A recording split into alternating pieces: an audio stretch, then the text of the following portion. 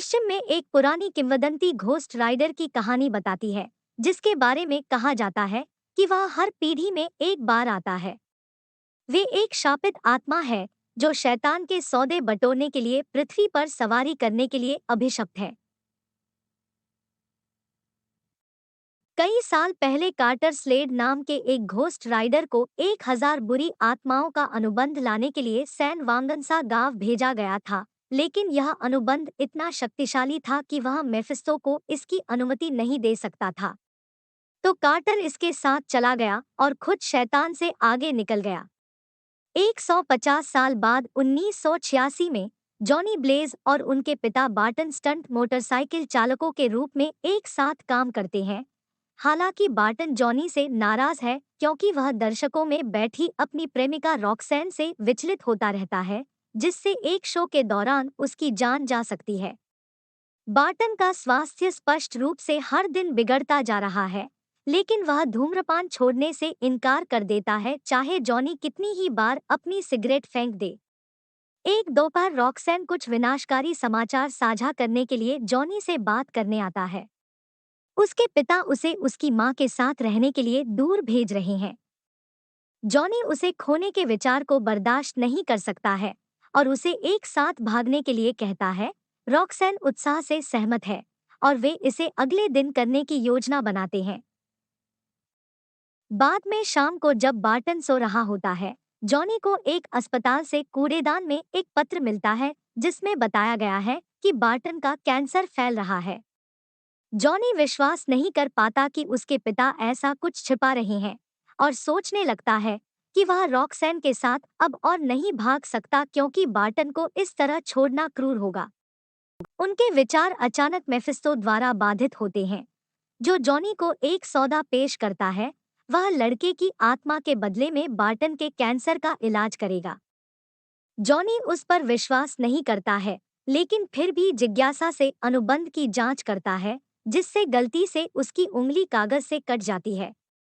उस पर गिरने वाले रक्त की बूंद मेफिस्तो के लिए सौदे को सील करने पर विचार करने के लिए पर्याप्त है, और इससे पहले कि जॉनी पूछ सके कि उसका क्या मतलब है, वह बाहर निकलता है और अगली सुबह अपने बिस्तर पर उठता है। जैसा कि मेफिस्तो ने वादा किया था, बार्टन का कैंसर अब चला गया है। वह घटनाओं के इस मोड़ के बारे में इतना उत्साहित है कि वह पहले से ही एक नए शो की योजना बना रहा है, जिसमें संभवतः एक हेलीकॉप्टर पर कूदना शामिल हो सकता है, और जॉनी को उसके साथ शामिल करना चाहता है।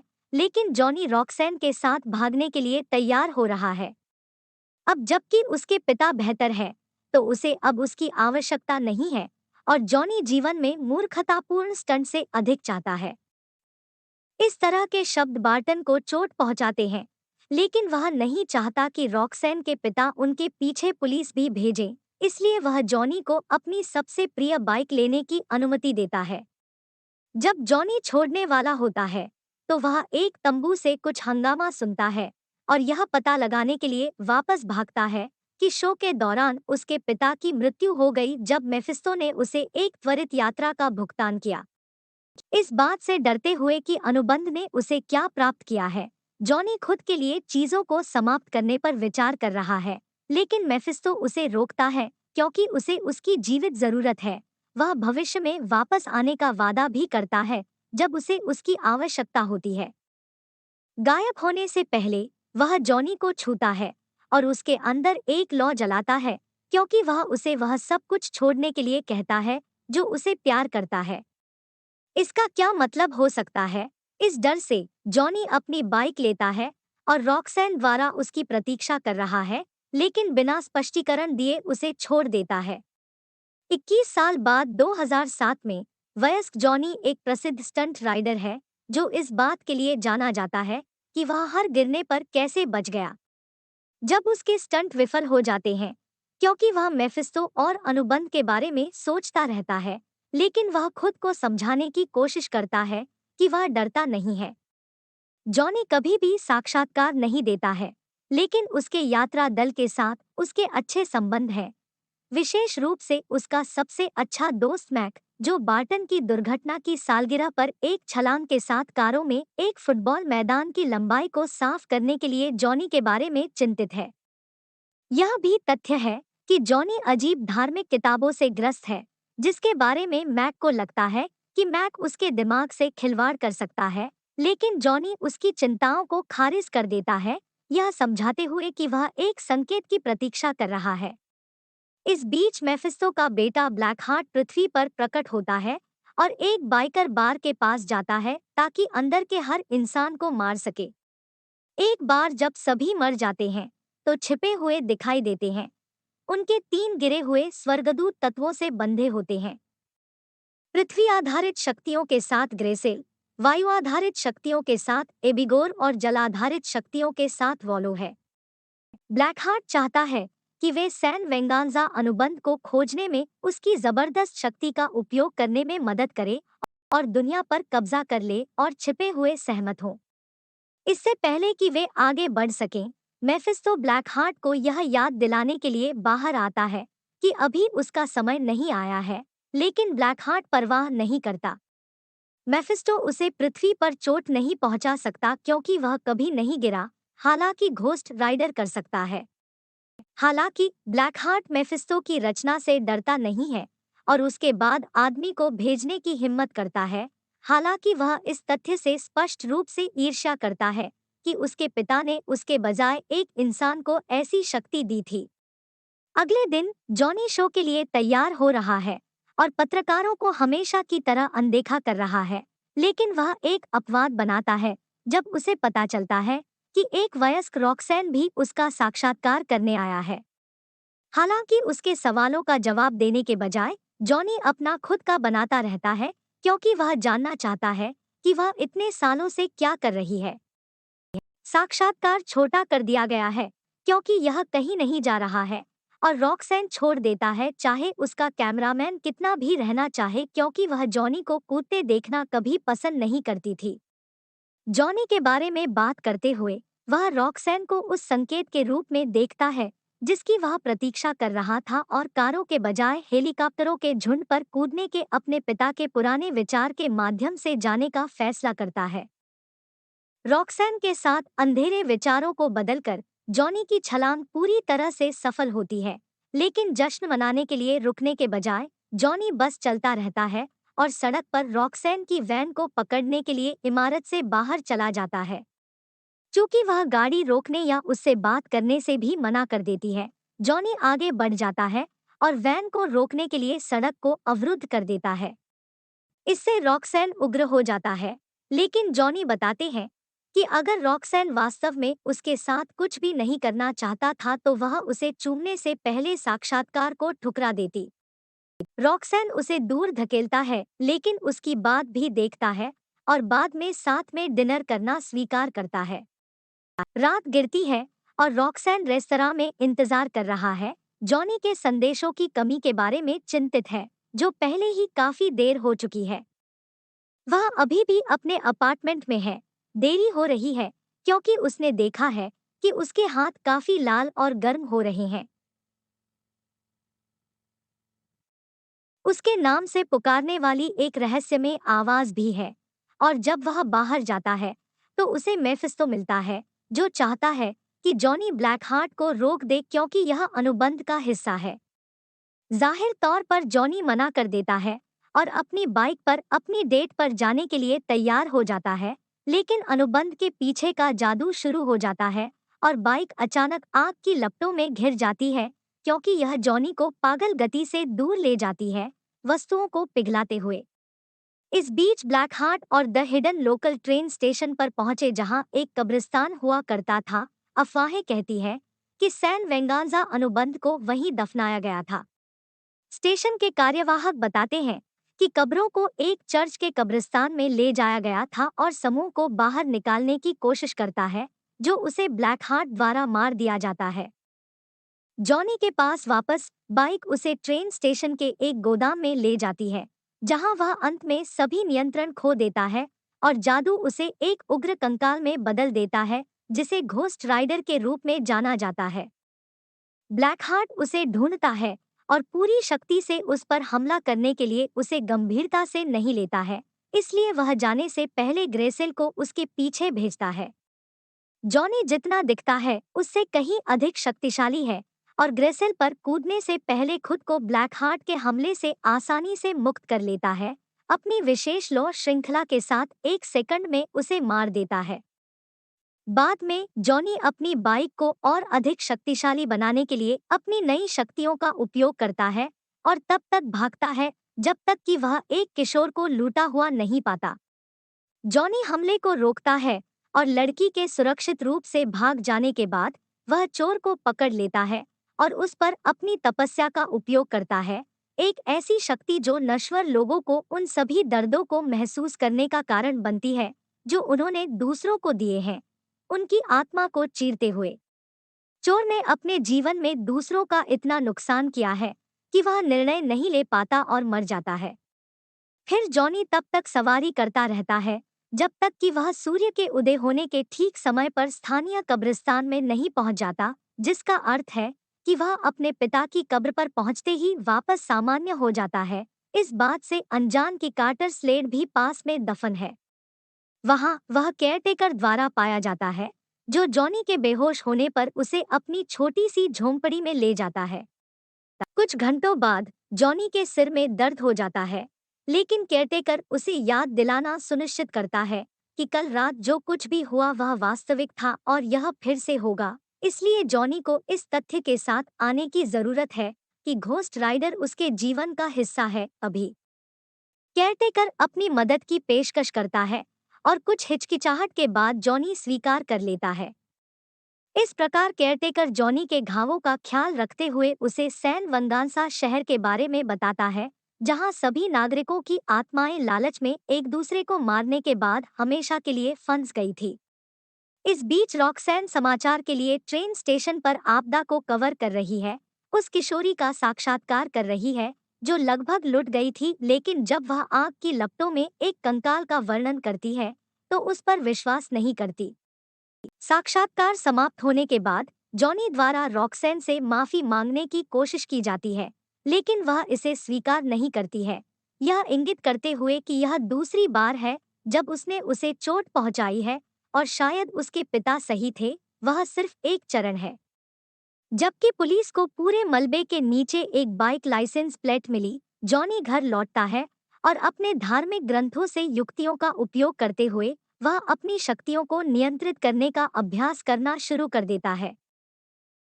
उसके प्रशिक्षण में रॉक्सैन द्वारा बाधा डाली जाती है, जो जल्द ही शहर छोड़ रहा है और उसे चोट पहुंचाने वाली बातों के लिए माफी मांगना चाहता है, जो उसने केवल उसे चूमने के लिए कहा था।